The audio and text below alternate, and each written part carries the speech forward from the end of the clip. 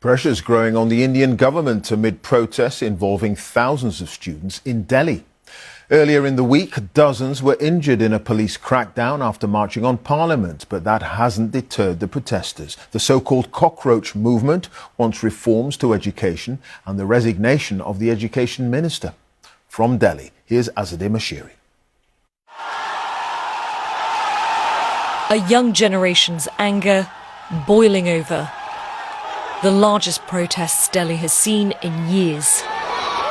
Monday, thousands of protesters attempt to march towards Parliament, away from the designated protest venue. Tear gas,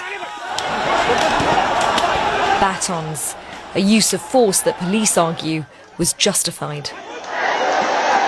They say dozens of officers were also injured.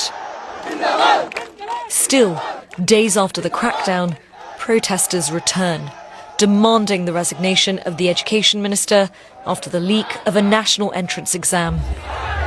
I was here at the very first protest the Cockroach Janta Party had organised about a month ago, and this is so much bigger.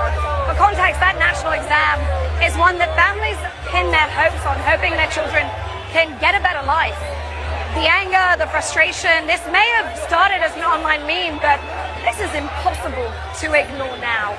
Social contract between the people who've been elected and the electors is completely broken because the government does not listen to the demands of the youth who are facing highest joblessness, unemployment levels, exam paper leaks. Competitive exams are the only means for a lot of families to get out of poverty. The education minister has said the government owes students answers, reforms and accountability. He says that's exactly what the government remains committed to delivering. Near the Prime Minister's residence, the leader of the opposition protesting the crackdown. Another unauthorised protest venue. Rahul Gandhi forcibly removed.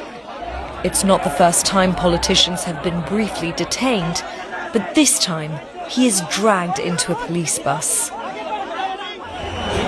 Senior members of the CJP have met the government twice, but say there has been no progress.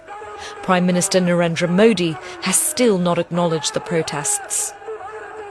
Young Indians here say their voice is finally being heard, and that this is only the beginning. Azadeh Mashiri, BBC News, Delhi.